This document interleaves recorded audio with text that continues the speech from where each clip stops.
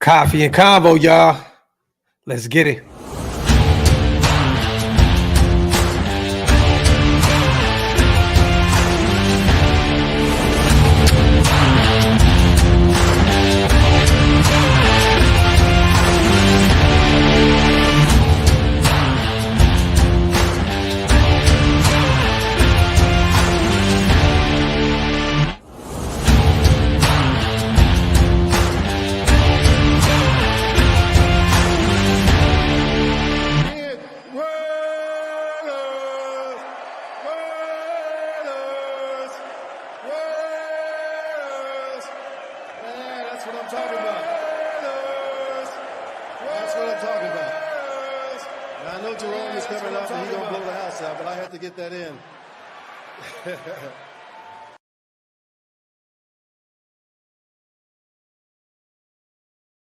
Yo, salute to everybody already here in the building.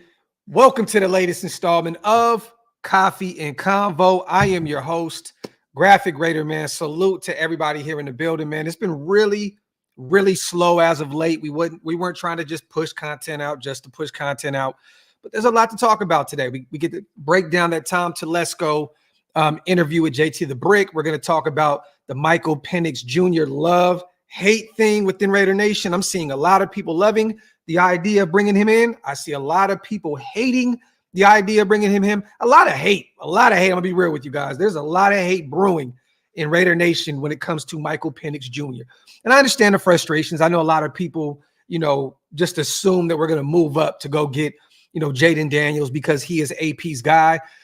I'm gonna be real with y'all, man. It's not that easy. It's not that easy. It's a very tough assignment to move up that close to the number one spot. Let's just keep it a buck, man. And I hear the left-handed thing and all that other.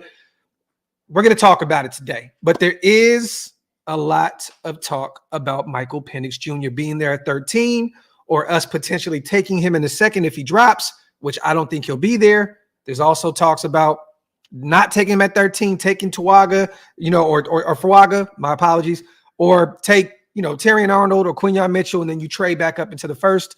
But at that point, you guys, it's still not the for sure thing that he'll be available.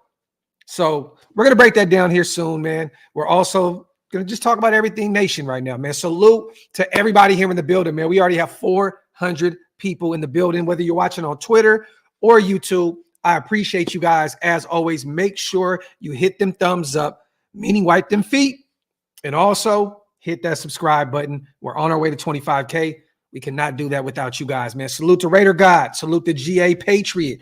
My dog. Salute to Niles. Salute, sis. Salute to Richard. Yes. That was already in the works. It was apparent that we were going to re-sign him, but they did make it official the other day. He will be back. 1-year deal. So we shall see, the maturation of Palomar. I'm excited about that, man. I really believe that he can be the future of that position. Could you imagine if we develop him the correct way? Patrick Graham sticks around AP, all those great defensive minds, turn Palomar and Chris Smith. Let's just say Trayvon Merrick walks. He's a free agent, after the next season.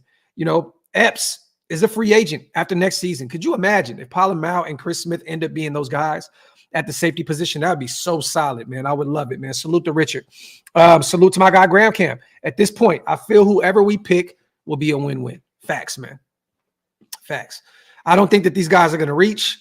I don't think that they're willing to, especially Tom Telesco, move everything in order to move up to that top three. I'm hearing a lot of smoke, you guys, and I know you guys are too, in the media with the Commanders taking calls for that second spot. New England now is saying, we need a quarterback, but we'll listen to calls at 3. The only team that is pretty much set in stone is the Chicago Bears at 1 to take Caleb Williams. Other than that, nothing's really set in stone at this point, but the Commanders are taking calls. The Patriots will take calls, but I'm going to be honest. That is them saying we need a quarterback. Every time you hear the Commanders or New England, it's always, we know we need to identify a quarterback, but we'll take calls. And guess what that means, you guys? That means we need a quarterback. So it's going to take a lot from us to move on from 2 and 3 in order to trade back, move back and miss out on potentially one of the top 3 guys. That's all it is. That's all it is. That's all the Commanders in New England is saying. We need a quarterback, but guess what? We'll take some calls. We'll field some calls. If you guys want to throw us a bunch of future firsts and some seconds and all that other good stuff, we'll listen. But they are literally just telling you it's going to cost you. It's going to cost you mightily. And now we're hearing the Arizona Cardinals. They may move that number 4 pick. And, all the talk has been, Marvin Harrison Jr. going there at 4. It looks as though they're if it's major, hit me on my Arizona's on his Tupac shit, need 40 shit. Tell you. Let me see. Salute to 11. Who do you prefer at 13, Arnold or Penix? I mean, look, I would love to have Terry and Arnold. We need another shutdown corner. We need a guy that can get it done, a guy that could potentially be the number 1 guy for you. But at this point, I'm going to be real. Quarterback is a much more needy position.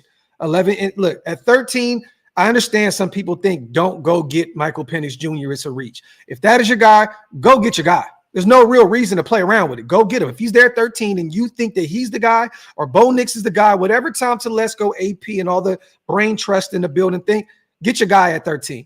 Go identify your quarterback because there's going to be some other corners in the second round.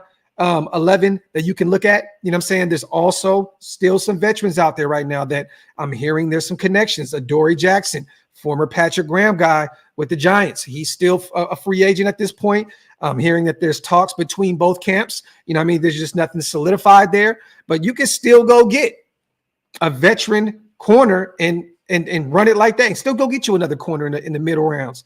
A Kyrie Jackson. We talk about him a lot out of Oregon. I would love it. Cam Hart, Notre Dame. There's going to be some corners available in that third round that you could potentially take a flyer on. Go get your quarterback. Do not play with that position at all. If he is the guy for you, if Michael Penix Jr. is the guy, go get the guy at 13. Don't play around with it. Even if it's somebody else. If JJ McCarthy drops and he's available, which I don't think he will, go get him. And like I said before, if Bo Nix, any of those guys, if that's your guy, don't play around the quarterback position at 13. Go get your quarterback, and then you can still go find another corner. You can find some tackle help, guard help, running back, all that good stuff moving, from the second on up. You know what I mean? So me personally, take your quarterback at 13. Don't play around. Do not play around because the trade back into the first is the perfect situation to go get Michael Penix, but it's not a for sure thing that anyone is going to try and play ball with you to move back up into the first round to go get Michael Penix. Salute to 11. Salute to my guy, GA. My dog. Why do we all assume we know what player will be the best fit for a brand new system we have not even seen yet? I'm just saying. There you go. Talk that shit, GA. Facts. This is a whole new offensive scheme. This is not Josh McDaniels running things anymore. This is not even Bo Hardegree, trying to figure it out on the fly like last season. This is a whole new Luke Getsy, James Craig, all those guys trying to put it together on the offensive side of the football. And who's to say that Getsy isn't saying, go get me Michael Penix Jr. That is my quarterback of the future. Or at least someone that can come in here and compete with Gardner Minshew and Aiden O'Connell when the best man wins. You know what I mean? So you're right, GA. Salute to you on the $5 donation, brother. And Chris, you're right. Penix beat him twice. Facts. Salute to my guy, man, Bob Trey. Graphk, let's stay at 13. We're good. We're the best on the board. OT, corner, quarterback. Wait. Long term, baby. I hear you, my brother. I would love it. Take the best player available. But if you can move back and pick up some additional draft capital, Bob Trey, let's just say you can magically pick up 2 extra picks. Go from 8 to 10. Do it because this draft is deep at almost every position possible. You know what I mean? So in a perfect world with me, I would love to pick up 2 additional picks. You know what I mean? But if we trade up, we go identify a target. We identify a target, we go get them. I'm cool with it. But this is such a deep draft. I would rather have 10 picks than 8 picks. But I hear you. Not against staying at 13 and taking the best player available. Salute to my guy, 17. Salute to Larry, man. I'm not buying it, but are we buying the Commanders being open to trade number 2? The other Raiders have to sell it to get that pick. Let me say this. I don't believe it at all. I don't, Larry. I know that they want Caleb Williams, which is not going to happen. Chicago's already on it. I know Cliff Kingsbury would love to have that, reunited and it feels so good moment at the NFL with this guy from USC. But I don't see the Commanders passing on Jayden Daniels. I think that Jayden Daniels is their guy at 2. They traded Sam Howell. They went and got who was it? Marcus Mariota. Like, who are you fooling, Commanders? You need a quarterback. You just moved on from your guy after 1 year in Sam Howell, and you went and got Marcus Mariota, a guy that really hasn't started a shit ton of football games in a long time. So, at this point, I don't really truly believe that the Commanders are trying to move that second piece. I just think that they're willing to listen and see if someone will give up a massive amount of draft capital and potential talent that's existing on their current roster to go up there and get their guy. So, this is the long game with the Commanders, you guys. They got Magic Johnson. They got, Adam Peters, their new GM. They have a new head coach in Dan Quinn. This is year 1 of this new regime. So they'll definitely listen to calls, because this isn't just a year 1 get it done thing. I know Magic Johnson would love to win in year 1. That's how competitive he is. But he also knows this is chess, not checkers. You know what I'm saying? And maybe they will take some listens. But if they think that Jayden Daniels, like a lot of other people, believes he's a generational talent, I don't think that they're going to move on for the number 2 spot. So to be real with you, Larry, I think it's more smoke than anything. Salute to you on a $10 donation, my brother. Salute to my guy, man, Silver and Black Mindset. Appreciate you, brother. I saw a cornerback mock where they had, CBS mock, my apologies, where they have the Cowboys trading to 13 and the Raiders getting Penix at 24 and gaining an extra second. What do you think? If that's how the board fell, it'd be ideal. Silver and Black, you get your quarterback of the future and you pick up that extra second round pick. Now, guess what? You can go get your tackle of the future and your cornerback in round 2, because there's still going to be the TJ Tampas of the world, maybe they're in the second round, right? We talked about Kool-Aid McKinstry dropping because of the foot injury. You know what I mean? Like, there's going to be talent at the cornerback position. One of those right tackles may fall into the second round. You never know. I mean, who's to say that, Tom Telesco and these guys don't like Blake Fisher, a guy that's not being talked about a lot as a first and second round guy at right tackle. They may love him. If you can go get your right tackle and your corner of the future in the second round by moving back and still getting Michael Penix Jr., that'd be phenomenal work. Salute to my guy, man. Salute to 11. You think Telesco and Getsy like AOC? Let me say this, 11. They don't know him enough to really like him. I think that they love him as a human being because he's such a great guy. He's a competitor. They've seen him go out there and win some ball games last year. I think that Antonio Pierce likes AOC a lot.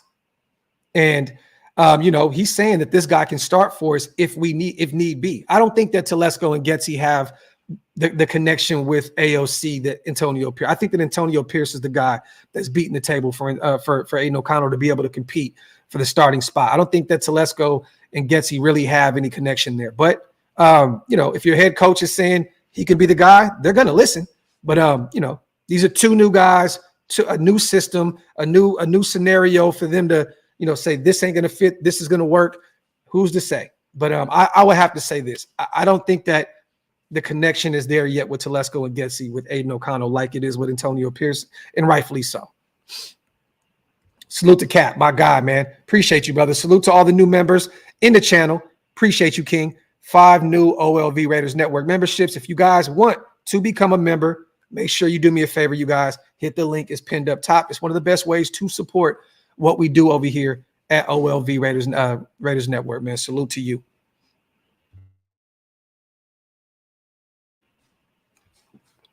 Van City, my brother, man. Salute to you. Hey, man, I want to say this real quick, man.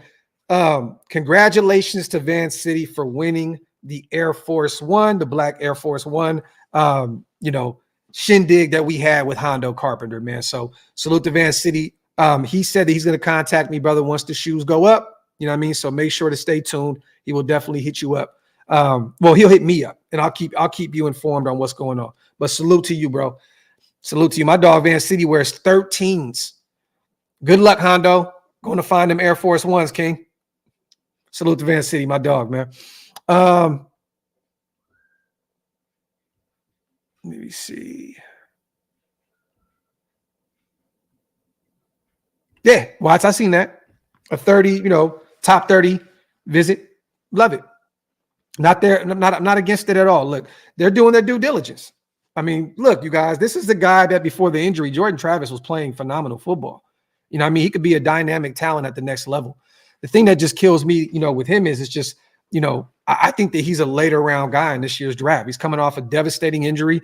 A lot of people, I said this on Twitter the other day. It's actually funny to me that so many people are saying, don't go get Michael Penix Jr., man. His injury history is nasty. His injury, yeah, he had some shoulder injuries years back. Yeah, he had, torn ACL. He's dealt with some big blows in the past, but he's been healthy these past few seasons. He led his team to a national championship last year.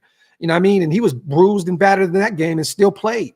Like Jordan Travis is coming off of an injury that just happened. If you guys watch what he was doing the other day, throwing the football, he couldn't even throw off the back of his off his back leg. Did you guys see that? He couldn't even throw off his back leg. People were like, oh man, Jordan Travis is throwing the football. He did not look comfortable out there throwing the football at all. He like literally, he couldn't even throw off his back foot.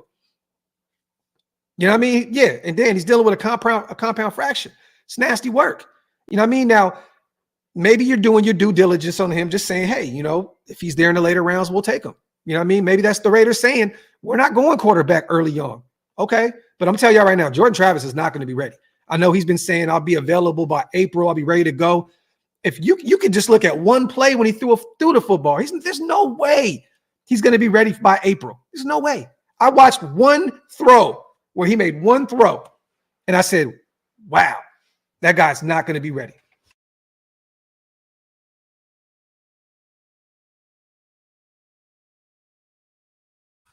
My bad, y'all. But yeah, Watts, I seen that. I definitely seen that. But I think that he's going to be a guy that'll be available in, 4th, 5th, 6th round. And if you want to take him, stash him. Go draft him, stash him, see what you got with him. I'm not against that, you guys. I'm not. This is not a thing where I hate Jordan Travis. I don't have a problem with him at all. But I just think that there's better options out there. And I think that Michael Penix Jr. is the better quarterback, me personally. And I don't understand where all the hate is coming from. The guy can play at a high level with playing football. Salute to Raider Ryan. Could you give a shout out to my future wife, Kendra? Salute to Kendra. You already know. Salute to my boy, Raider Ryan, man, my guy, my dog. Appreciate you, King. Salute to True Raider Podcast. Because run on quarterbacks don't think Penix falls to the second. Me neither, man. Me neither. This is why if he's available at 13, don't play around. Go get your guy. If he is the guy. And we're starting to see all these mock drafts by all these big name experts and all this other good stuff. There's only a few names that are tied to us at this point, you guys. And there are a bunch of names that we've been talking about here for months. It's the Michael Penix Jr.'s of the world. It's the Terrion Arnolds of the world. It's the Quinyon Mitchell, and it's the Fuaga out of Oregon. You know what I'm saying? Oregon State. There's only a few guys that are really being tied to us at this point. We have a few needs, and I'm gonna be real, man. I just think that, I think that you should just go identify the quarterback. If Gardner Minshew is not the guy, if Aiden O'Connell was not the guy, go get the guy. Go get the guy. Let me see. Oh, Alton, this is my dog. Every time I go live, she waits for me to go live, and then I hear her in the next room tearing up shit because she wants me to get away from this table and to go walk to pay attention to her. Literally, every time I go live, she's in there right now eating up some toilet paper.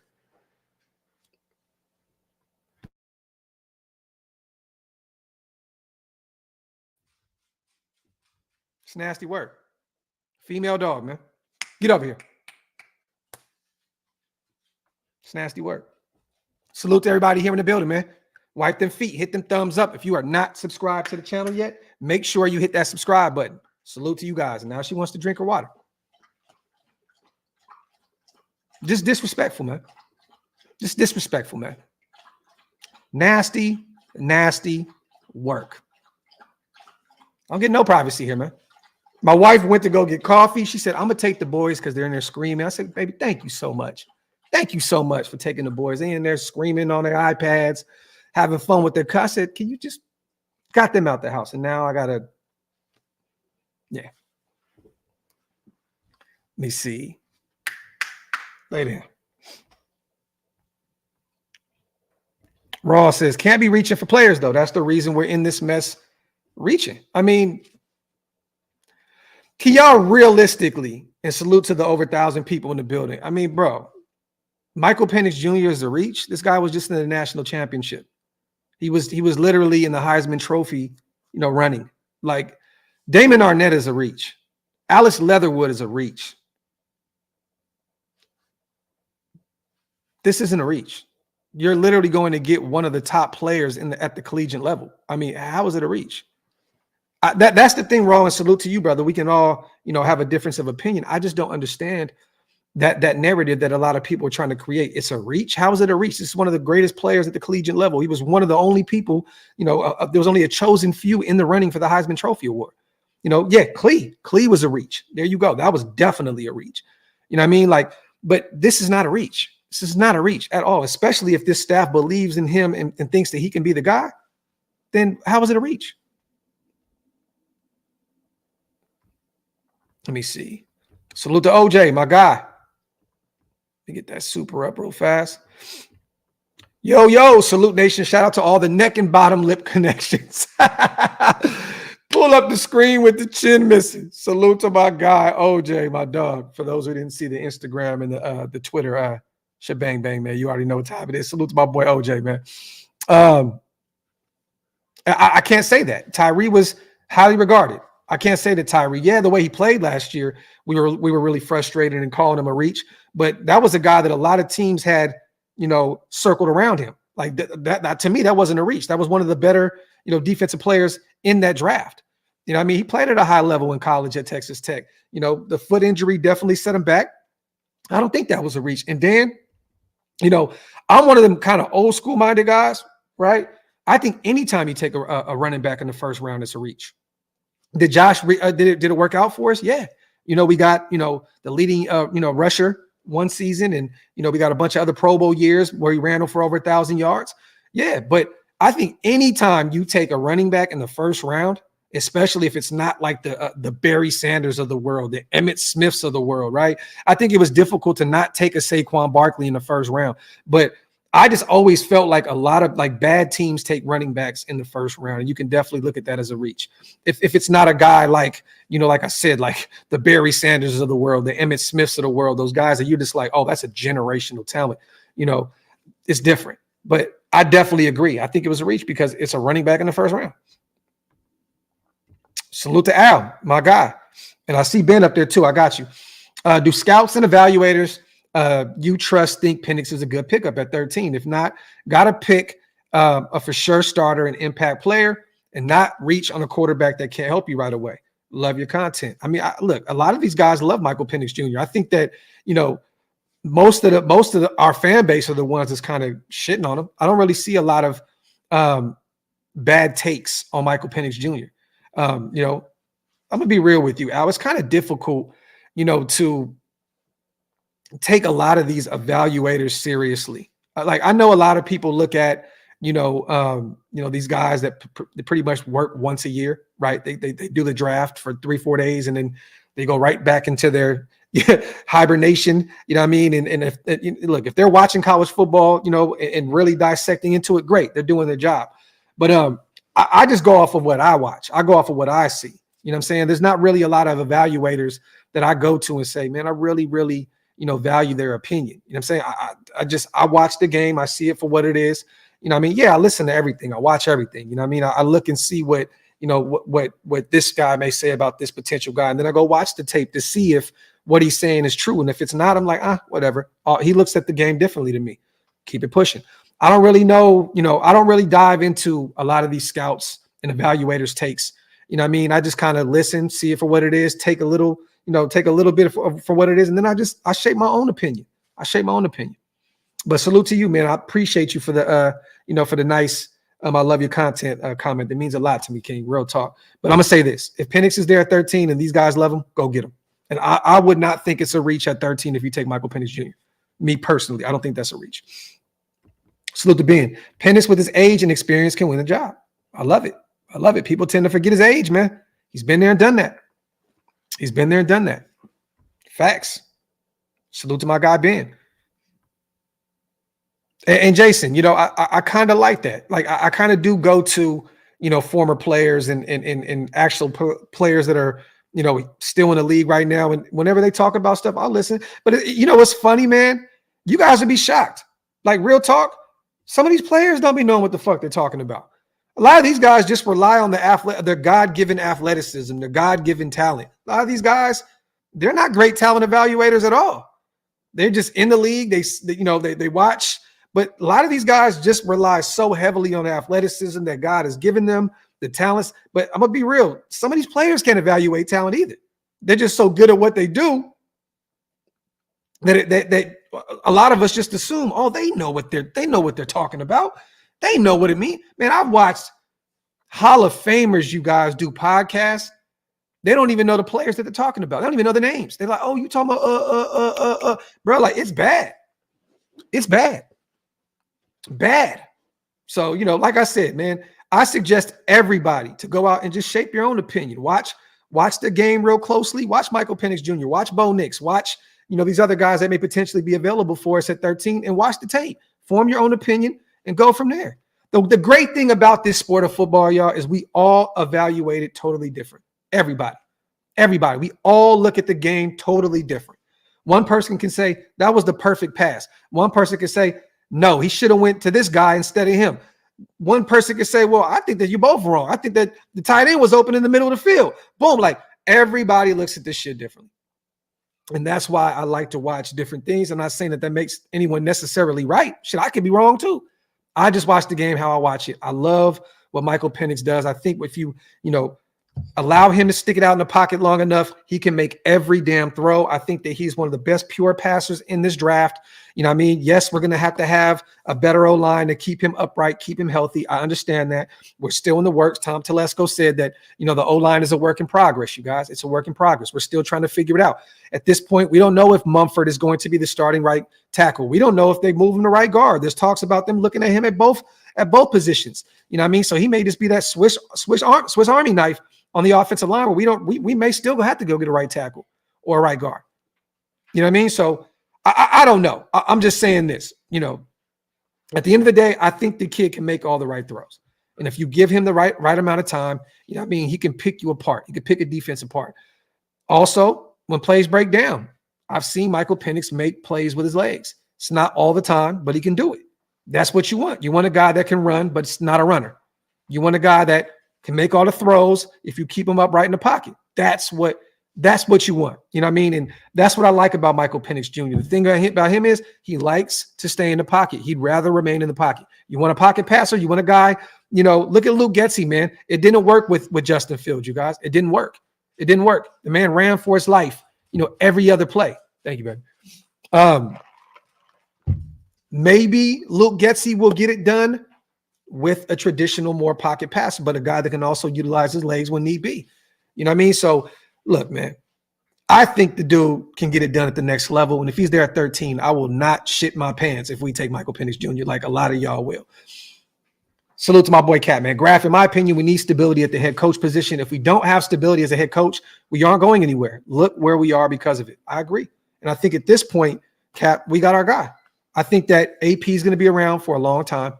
I think that Mark Davis loves what this guy has done with the locker room. He's transformed, our culture. He's brought it back to what we knew it was back in the day. He just the Raider way, right? I love it. I think that right now we have the stability. I don't think AP is going anywhere. The thing that's kind of weird, though, you guys, I still don't know what his contract look like. I still don't know what his deal looks like. Is it a 2-year, 3-year? I don't even know what the hell's going on with his deal. I don't know. But let me say this. I think that we have stability at this point, Cap. I think Mark Davis is sick and tired of this revolving door, the Josh McDaniels, the Grudens of the world. I think that he wants to make this thing work with AP, and I think he's going to give him every chance in the world to make it work. Salute to Cap, man. Salute to everybody here in the building. I appreciate you guys. Real talk, as always. It's not bad.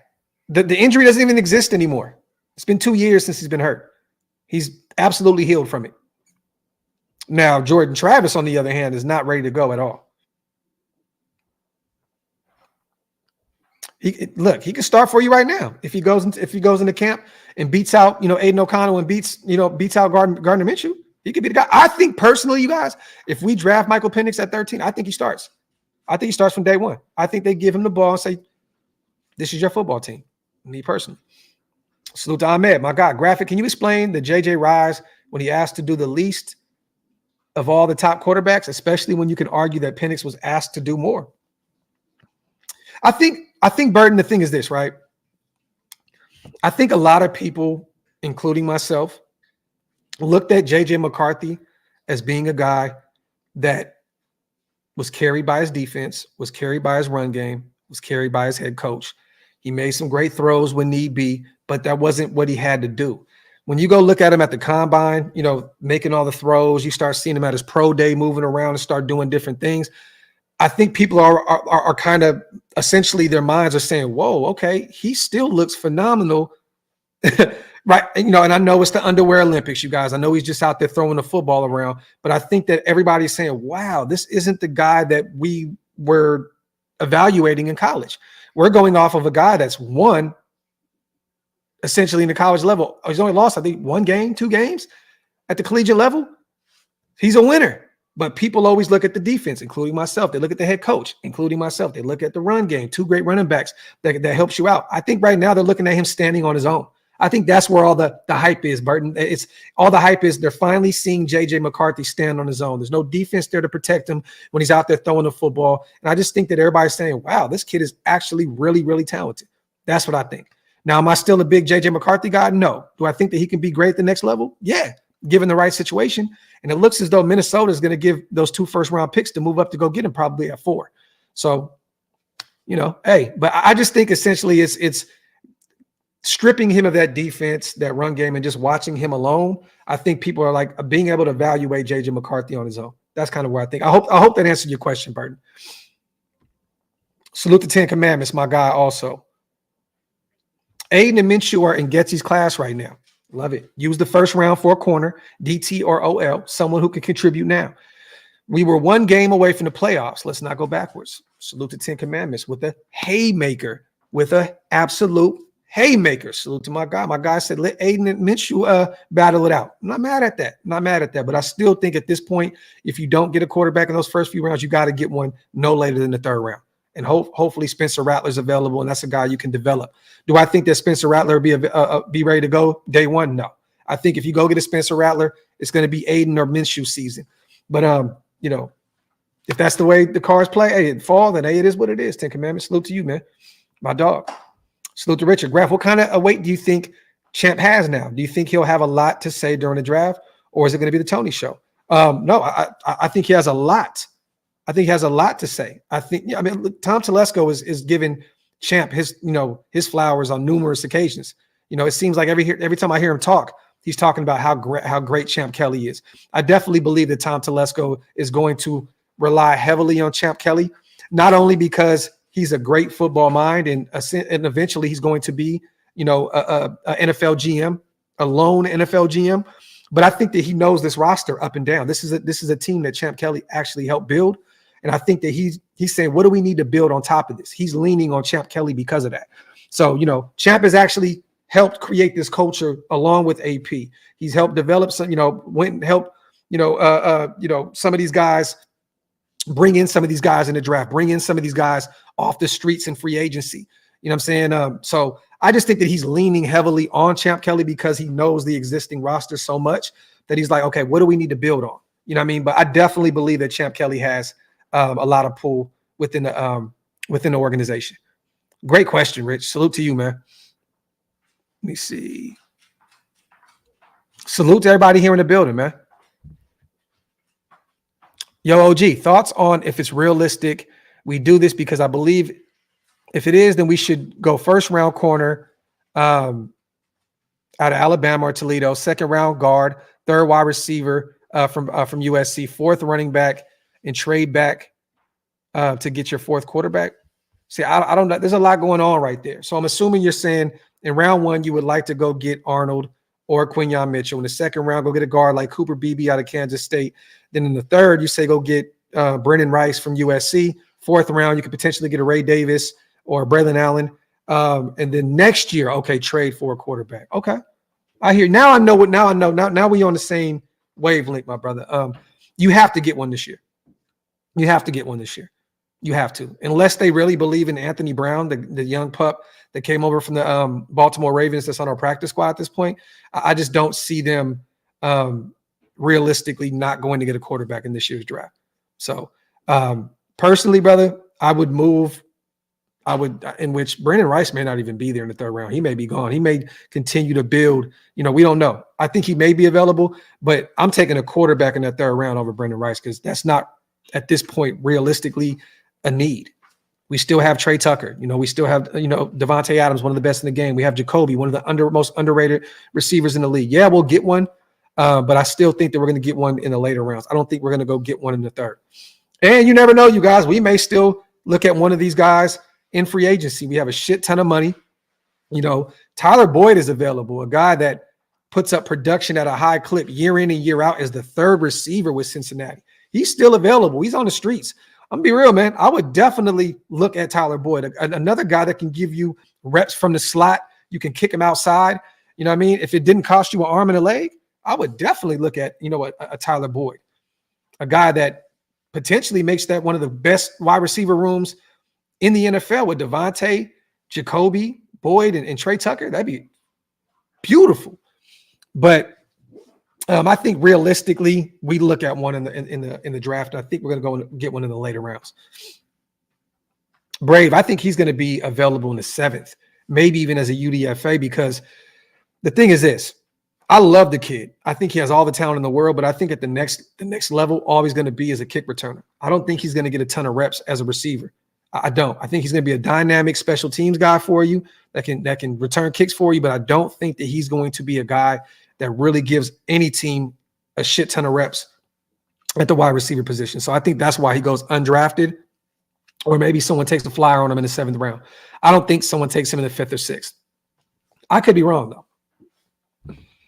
Let me see. Get some questions in, y'all. Yeah, man, it's difficult. It's difficult to see that happen, man. It really is. I think all the hype around Jayden Daniels has kind of died. I've told you guys this regardless. I'm high on Jayden Daniels because Antonio Pierce. That's why. If you're going to have your head coach, if you want to afford him all the opportunities to win at the next level, you give him what he needs. You give him what he wants, right? That's the reason why I was okay with moving up to get Jayden Daniels. Y'all know how I feel about Jayden Daniels. I am not as high on him as most people. I think that, he's a boomer bust guy, and he scares the absolute shit out of me. The way he just takes hits, the way he just runs into contact. With that frame, he can be down by week 4 this year. God forbid. Jayden Daniels absolutely terrifies me, man. I couldn't imagine giving up 3 first-round picks, a second, another second, and some other shit to move up, get Jayden Daniels, and he's knocked out the first few weeks of the season. His frame scares the absolute shit out of me. And I'm telling y'all now, when you go back and look at his tape, this man takes a lot of unnecessary contact. A lot of unnecessary contact. Like, it's just like you're not going to be able to survive at the next level, man, when you have, the Christian Wilkins, of the world, the Max Crosbys of the world, these big frame guys that Chris Jones of the world, you know what I'm saying, that can absolutely destroy you in the blink of an eye. Jayden just scares the shit out of me. Let me see.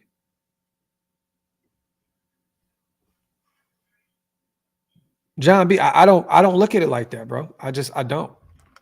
But hey, you could be right, brother. You could be right. And this is not me saying, you guys, that Jayden Daniels isn't a good football player. I think he is. He can absolutely be great. He just scares me. That's all it is. He scares me.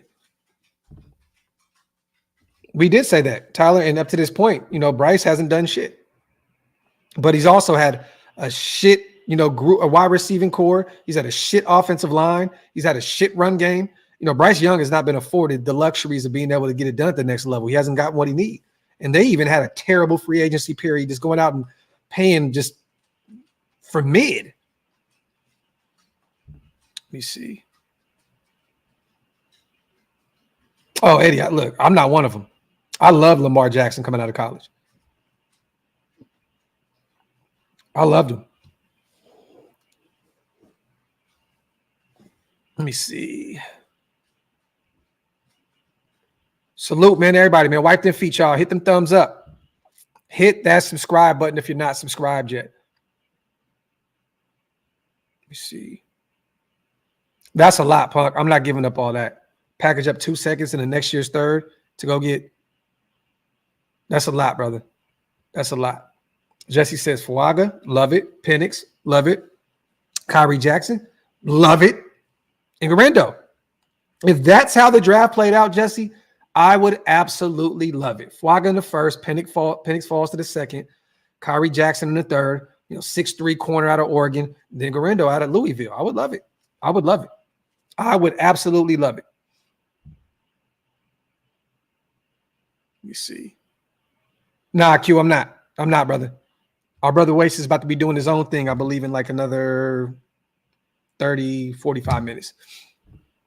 Lucky. I think he's probably the best wide receiver, best running back in the business, coming out of the collegiate level. Let me say that. Trey Benson is going to make some organization very, very happy. 6 foot, the guy can run the football, man. He's actually, pretty active in the passing game as well. I think he's going to make an organization very happy. I just don't think that we take a running back that early. You know what I mean? So I don't think that we're in the Trey Benson sweepstakes. But I think he's a phenomenal talent. Let me see.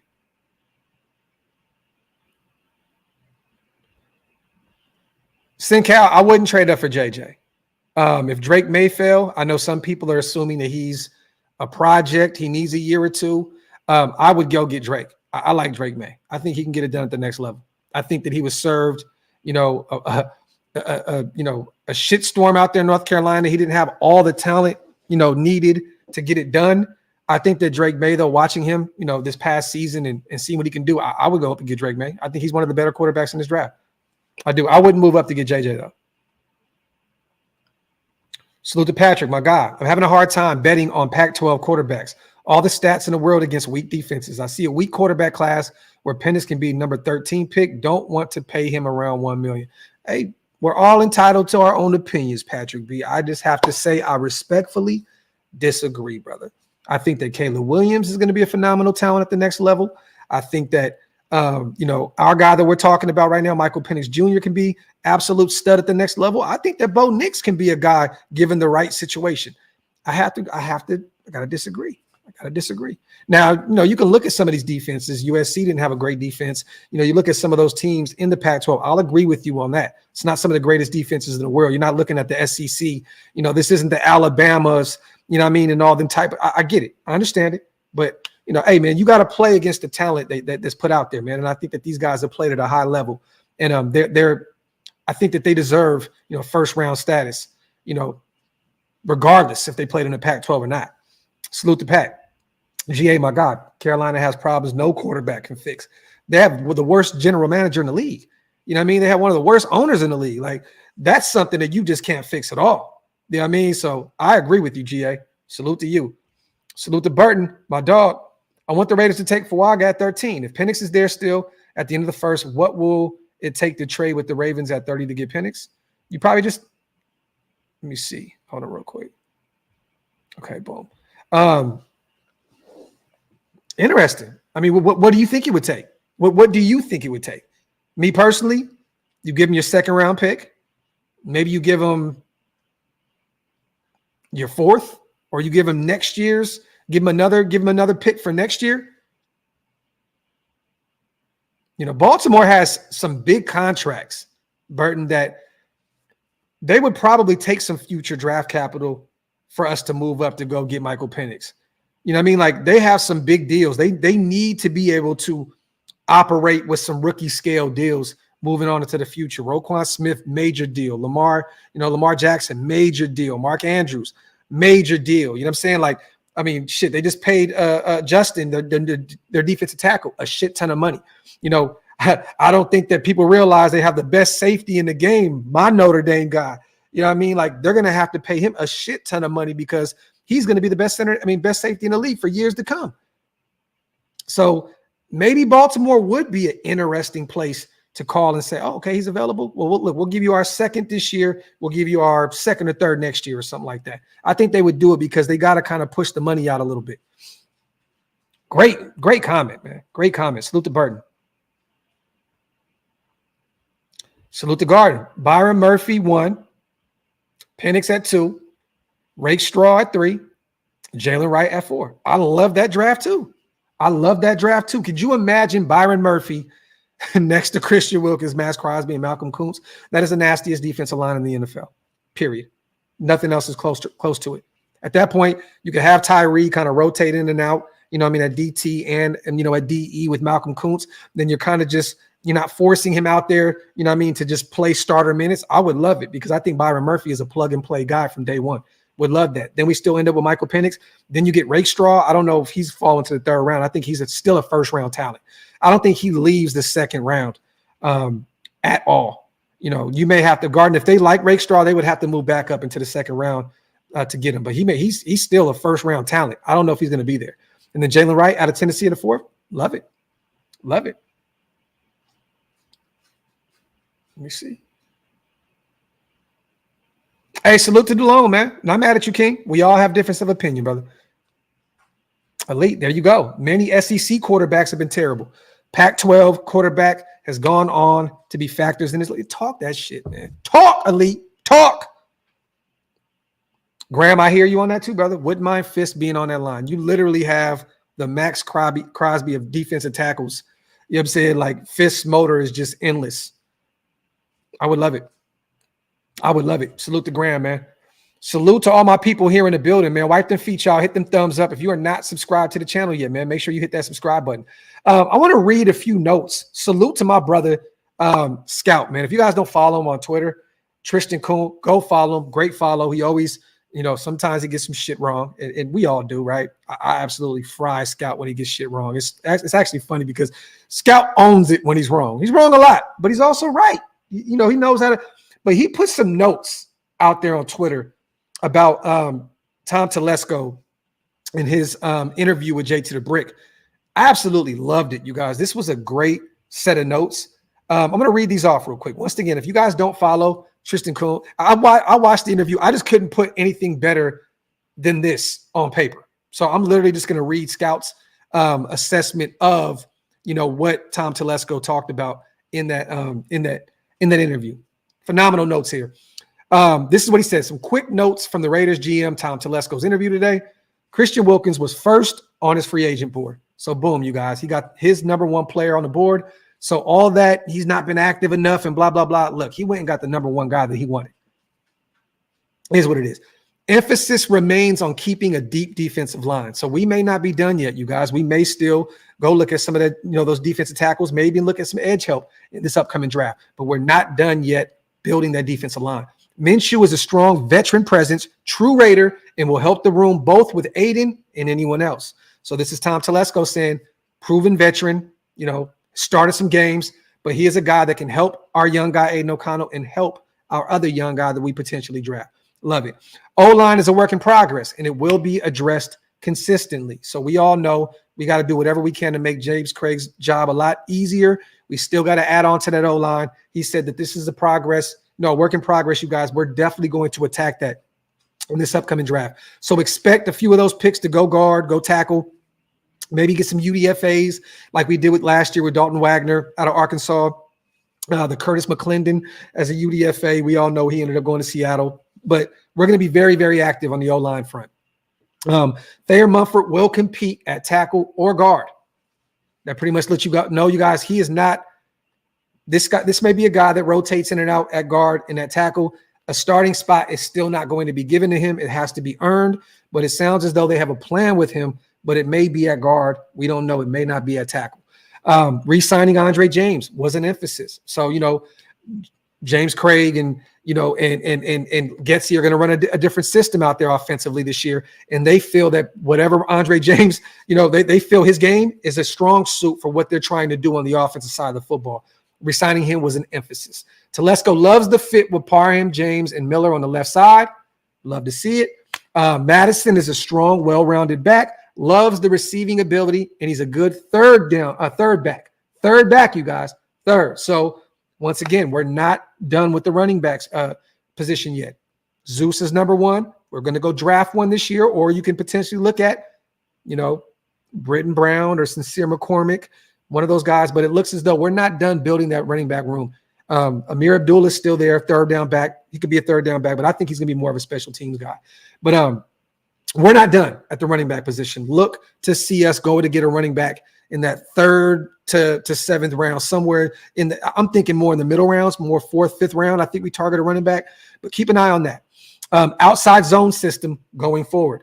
Loves what Madison does to fit that area. So there you have it. More of an outside zone system going forward. Young cornerback room. Would like to add a veteran, but still a work in progress. So they like what they have in Ja'Cory Bennett. They love what they have in Jack Jones. They love what they have in Nate Hobbs, but we do need to add a veteran, and it looks as though Adoree Jackson may be one of the ones. Xavier Howard is still available out there. I know he would like to go to Houston. He's from the area, but they just brought in a veteran corner, I believe, right?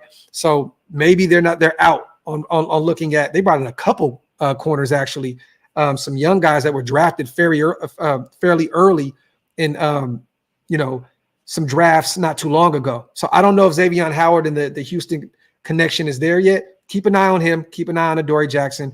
Keep an eye on Steven Nelson. We're going to bring a veteran presence in at the cornerback position, but they like what we have with these young guys. Let me see. Huge focus on mental toughness. Guys need to overcome adversity while having the want to get better. The Raider way. I think that's pretty much what it is, right? The Raider way. Huge focus on mental toughness. Max Crosby, Christian Wilkins, Devontae Adams. Guys need to overcome adversity while having the want to be better. I mean, look, last year we had all the adversity in the world. You know what I'm saying? I think this year we're going to be afforded the luxury of not having to deal with all the turnaround that we did last year. But how are they going to also, fight with less adversity? You know what I mean? Like, that's a thing, you guys. Some players fight better when there is adversity. When there's not as much adversity, do they still go out there and be as feisty as they, as they once were when the adversity was in their face? I don't know. But a huge focus on mental toughness. Guys need to overcome adversity while having the want to get better. Brandon Faison likely has a role in the cornerback room. They like his size and his ball skills. So, the veteran corner, we signed him to a 2-year deal last year. It looks as though they have a plan with Brandon Faison. He was on the IR pretty much all last year. Didn't really get an opportunity to see what he can bring to the table after that 1-year stint with the Colts. But it looks as though they have a plan with him moving forward. So, yeah, another name also. Gilmore is available out there too. It's another name. Patriot Fresh. Salute to my guy, Will. I can definitely see your comment. Fuck you. That's my dog right there in real life. Salute to my brother, Will. Burton, I think it would take a 2-year. It would take a 2 this year and a 2 or 3 next year, only because we'll need to pay a premium cost since they know we'll be taking our quarterback. Burton, you may be on to something there, family. Love it. Salute to you on the $5 donation. Salute to 10 Commandments. It is critical that we eliminate any weaknesses on our O-line that Chris Jones can dominate. I like Mumford at guard. Love it. Love it, man. Agree wholeheartedly. This year we got to get better, man.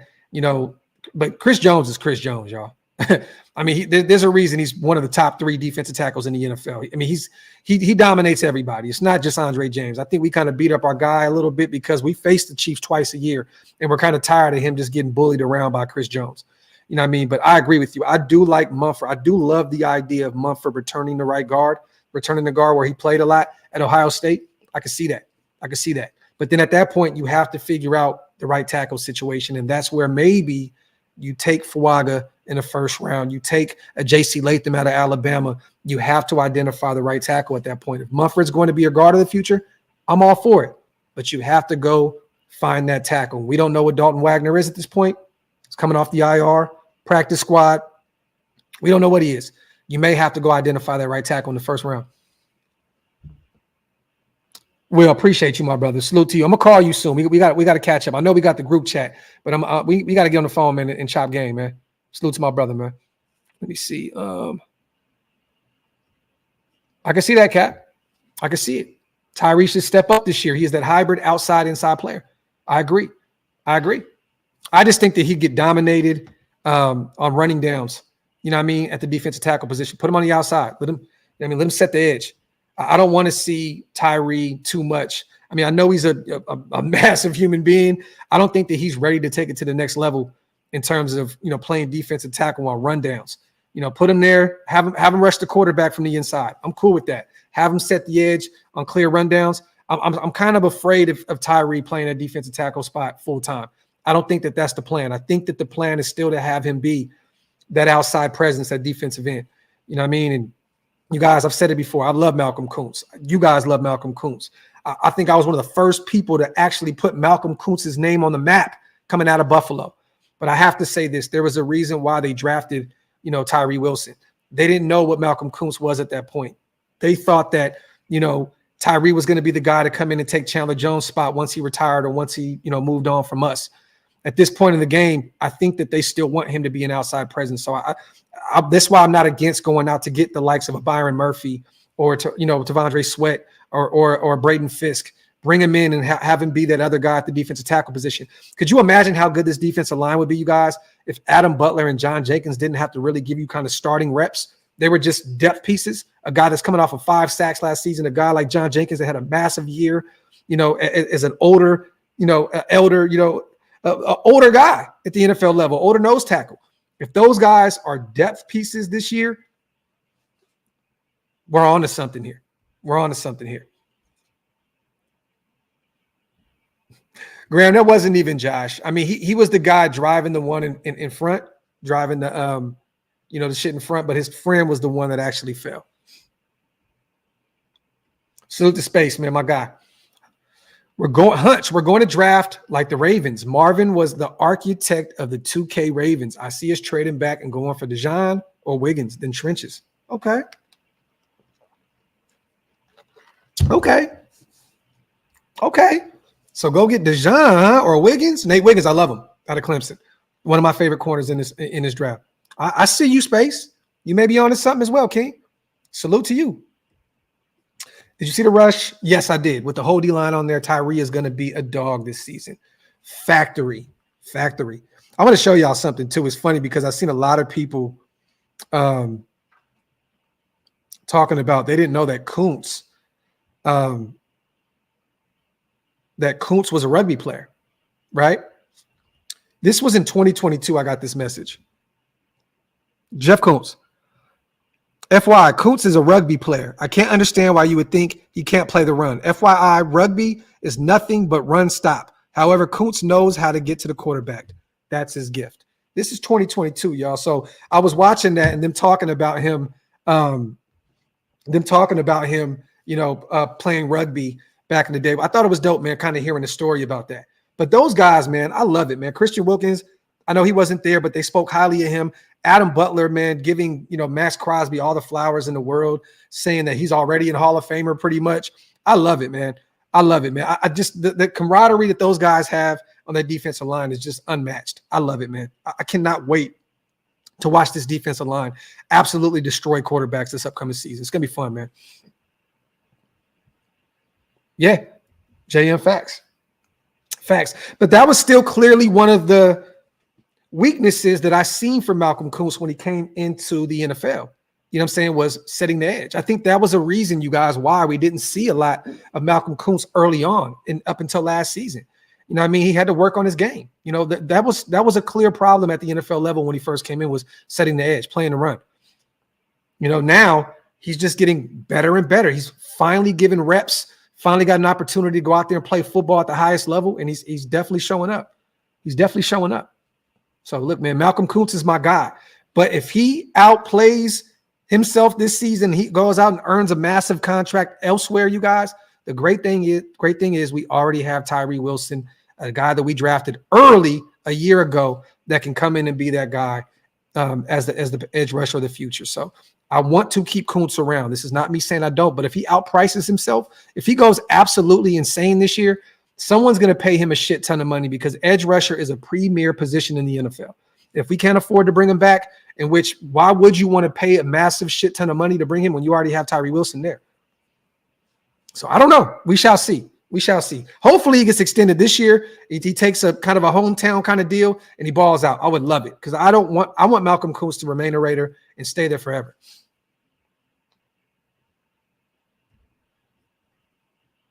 There you go, Webb. Mayock, Jim, and Koonce. Yannick Comp. We talked about this since day one. A guy that had a problem playing the run, but never had an issue getting to the quarterback. That was what we said all the time over here. DeMarcus he was like a Yannick Ngakoue. We said that since day one. Facts. Salute to my brother DeMarcus. We still don't know what we have, Tyler. And you know, man, these next few interviews that we're securing here, we have a few people that are going to be in the building, potentially a player or two. Hopefully, man, we can kind of get to the bottom of this whole Dalton Wagner, you know, situation. There's just not a lot going on right now in terms of the talk around Dalton Wagner. That could be a good thing. That could be a good thing, or it could be a bad thing. Salute to the almost 1,500 people here in the building. Salute to you guys. Whether you are watching on Twitter or YouTube, I just want to say I appreciate every single one of you guys. Wipe them feet, y'all. Hit them thumbs up. If you are not subscribed yet, man, make sure you hit that subscribe button. We're on our way to 25K. We cannot do that without you guys. Salute, salute, salute. Maul, I love that comparison. I can see Koonce getting a Bryce Huff type deal next season. Okay. And Bryce got paid. Philadelphia cashed out. Dots, can you discuss how the Wilkins signing affects the secondary? Absolutely.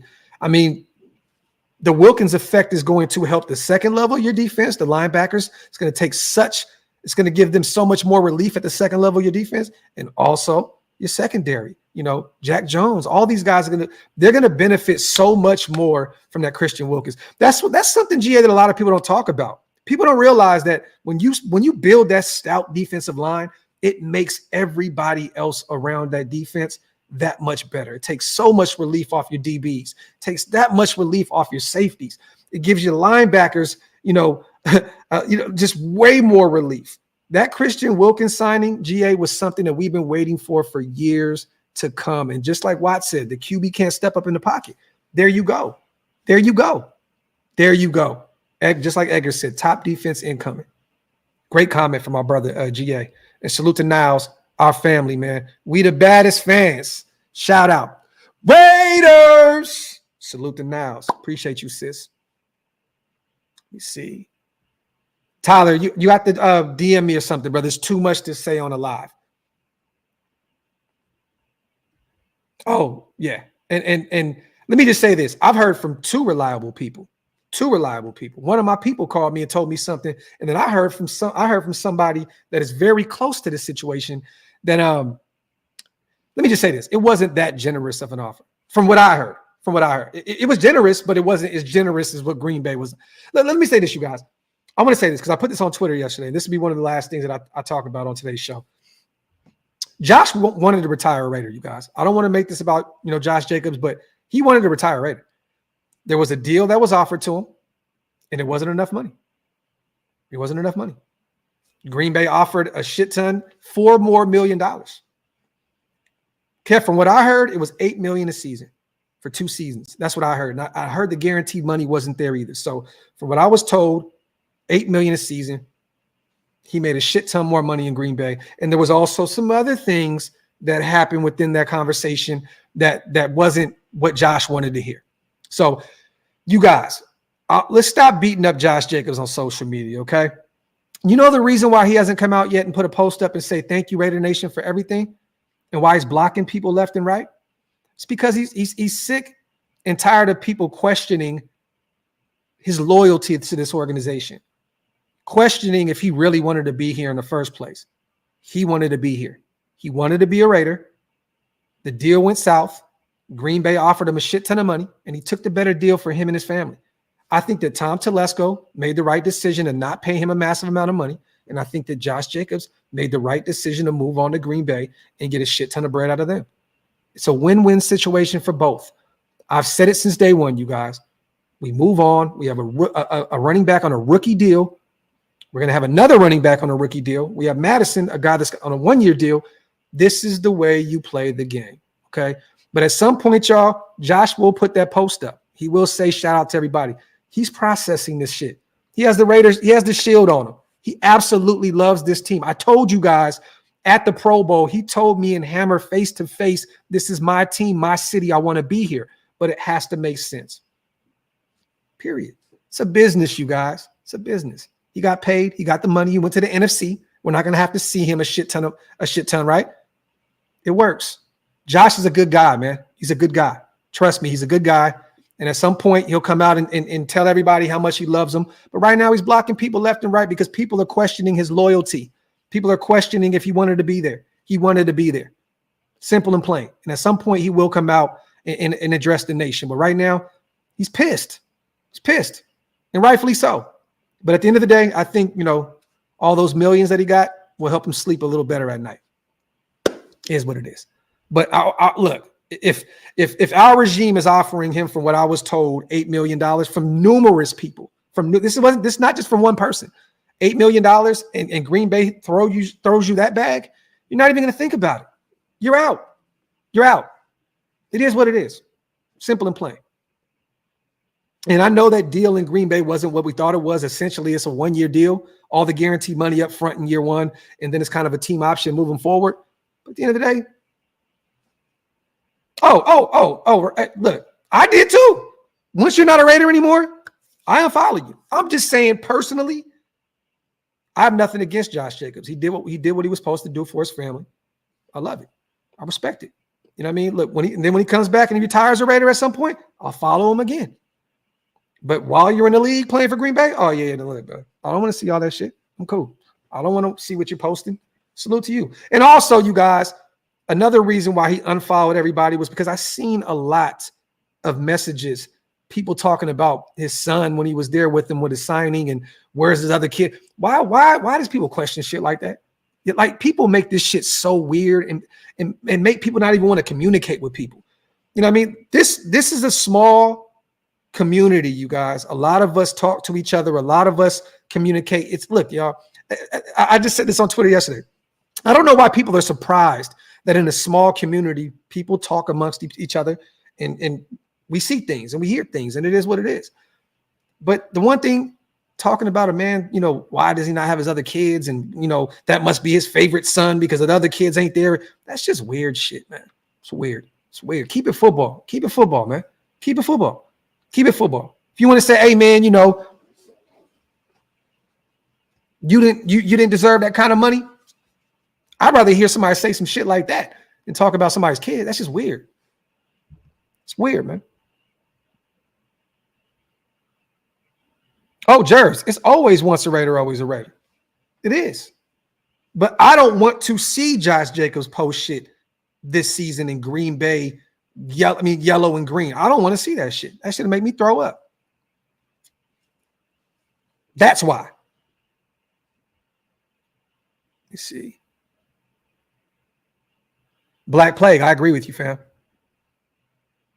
Julian, yes, I'm working on some new music. I'm actually working on Soul Nation Part 2.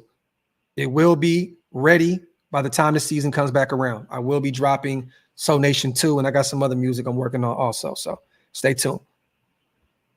So we talked about Tom Telesco. We went over Scout's notes. Salute to Tristan Kuhn on Twitter, our brother Raiders.scout. Salute to him. Phenomenal notes on Tom Telesco's breakdown.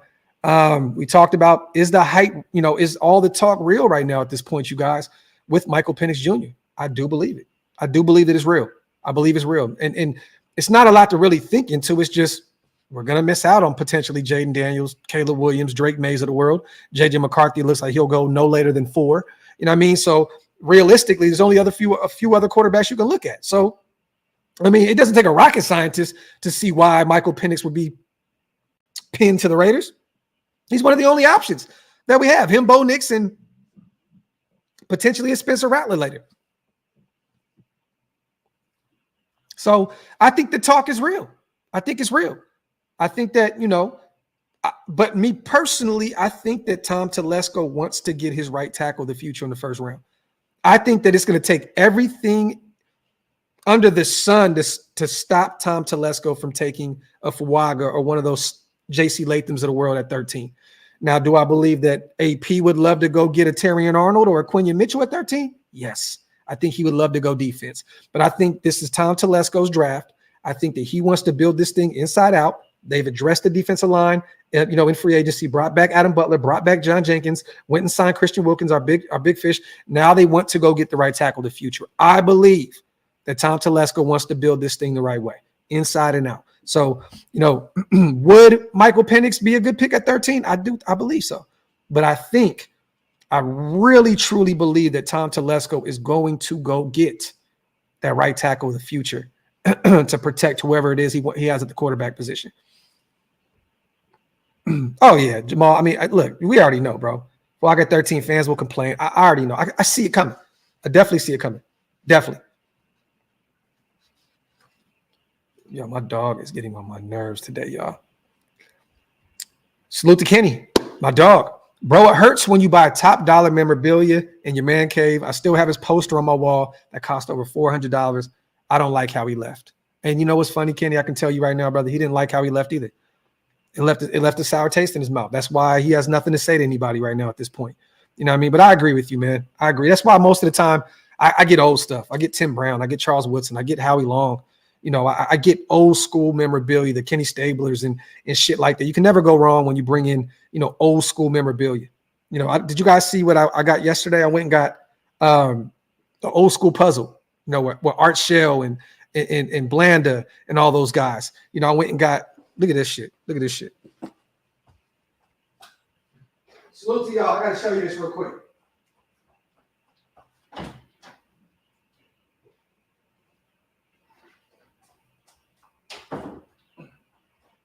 Look at this shit. Look at this. Found me some ice trays. So now when I get my Woodson whiskey, boom. Raider ice cubes.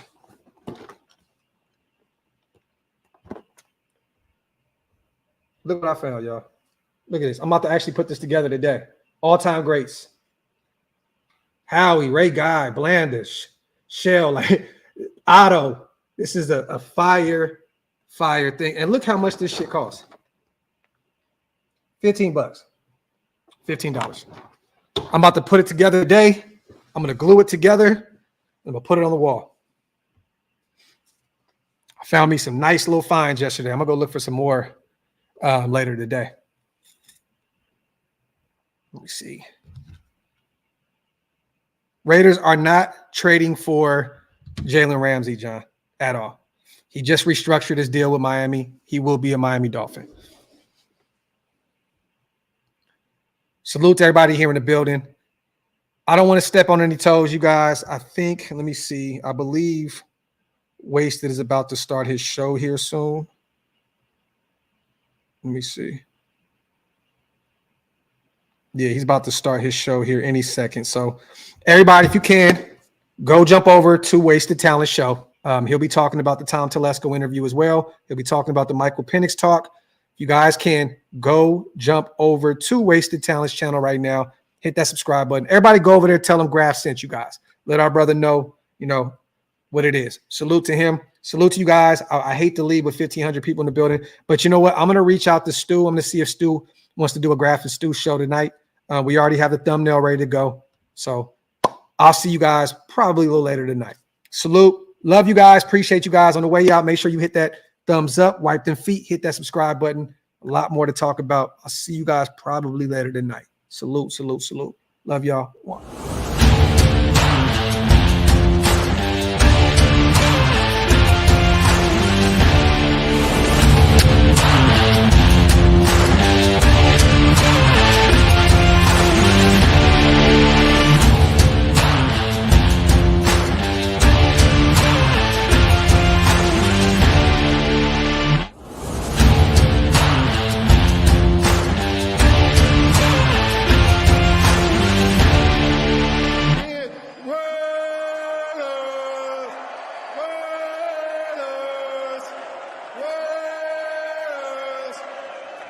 That's what I'm talking about.